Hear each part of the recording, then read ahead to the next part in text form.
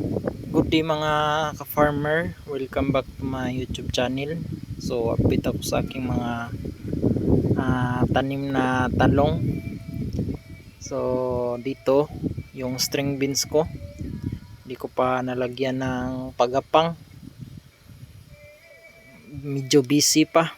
Tsaka itong talong ko, kaka-transplant ko pa lang mga ka-farmer. Yan, ang liliit pa.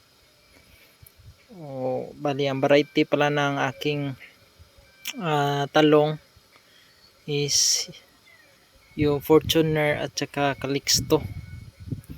Yan, so ito yung string beans. Dito nalagyan ko na. So dito talong na naman mga farmer. So dito sa kabila mga farmer, ito yan. So nauna ito. Yan, so di ko pa nalagyan ito ng abono sa sobrang busy. Bali na sa 5 days pa lang to mga farmer pagkalipat tanim, dahil ako lang mag-isa dito. Yan,